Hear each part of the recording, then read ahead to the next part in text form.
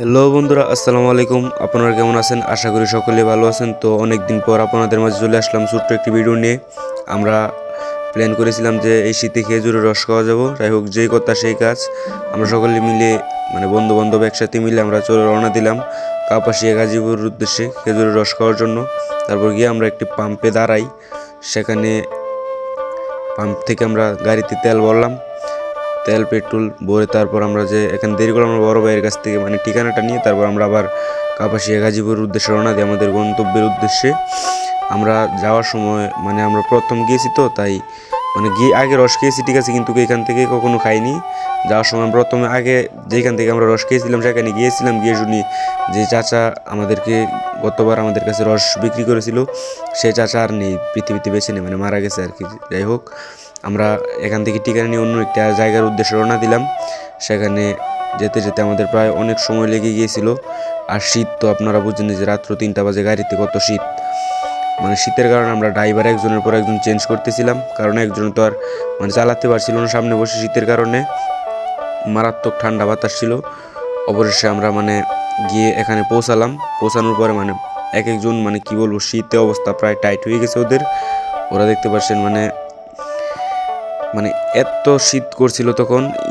গাড়ির ইঞ্জিল যেটা হয়েছে আমার বিআই পর্দা করে, তাই কাউকে মুখ দেখাবে না। যাই হোক, ইঞ্জিলের মাঝে হাত দিয়ে সে বসে আছে। ইঞ্জিল তো গরম হয়ে আছে, গাড়ি অনেকক্ষণ যেহেতু আমরা চালিয়েছি তাই ইঞ্জিল গরম হয়েছে, তারা ইঞ্জিলে হাত দিয়ে বসে আছে একটু গরম হওয়ার জন্য। অবশ্যই চাচার বাড়ির কাছে গেলাম আমরা, যে চাচার সাথে গিয়ে কথা বলার পরে চাচা আমাদেরকে বললো যে তোমরা একটু বসো, এত সকাল সকাল তো আর রস পারা যাবে না, তোমরা একটু বসো, আসছো যখন তারপর না হয় আমি রস পারবো।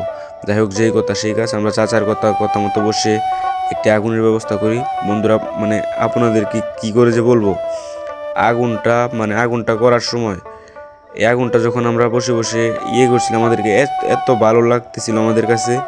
এই আগুন কি বলবো আপনাদেরকে, এত শীতের মাঝে যখন এই আগুনটা পেয়েছি আমাদের ইচ্ছে করতেছিল আগুনটা খেয়ে ফেলি, কিন্তু যাই হোক আগুন খাওয়া যায় না, এই জন্য খেতে পারিনি, দুঃখের বিষয়। তো আমরা আগুন নিয়ে করতে করতে আমাদের মাঝে চাচা চলে আসে, বললো যে চলো আমরা যাই। তারপর আমরা যাওয়ার পরে চাচা নিজ হাতে আমাদের সামনে গাছ থেকে রস পেরেছে, আমরা নিজ চোখে দেখেছি। আর নিচে দেখেন আপনারা যে গাছটার কি অবস্থা করেছে, অনেক বছর ধরে সেটা একটা থেকে রস নাকি চাচা নেওয়া হচ্ছে। যাই হোক, দেখেন নিচে ওরা বয়ম নানান ধরনের নিয়ে দাঁড়িয়ে আছে রস বাড়িতে আনার জন্য। এই যেটা হয়েছে আমার বিআই, সে পর্দা করে, এই জন্য তার মুখ কাউকে দেখায় না। যাই হোক, চাচা দেখলাম গাছে উঠলো, গাছে উঠে রস পাড়ার পর আমরা নিজ চোখে দেখলাম যে চাচা কীভাবে রস পাড়ে, কীভাবে কী করে সব কিছু দেখে তারপর আমরা আবার এই রসটা হাতে নিলাম।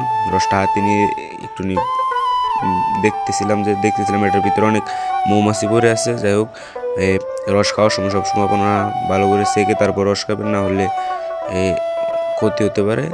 আর আমরা চাচার বাড়িতে চলে যাওয়ার পর যারা বয়ম নিয়ে দাঁড়িয়েছিল ওদের বাড়িতে আনার জন্য, তাদের বাড়িতে তারা আনে।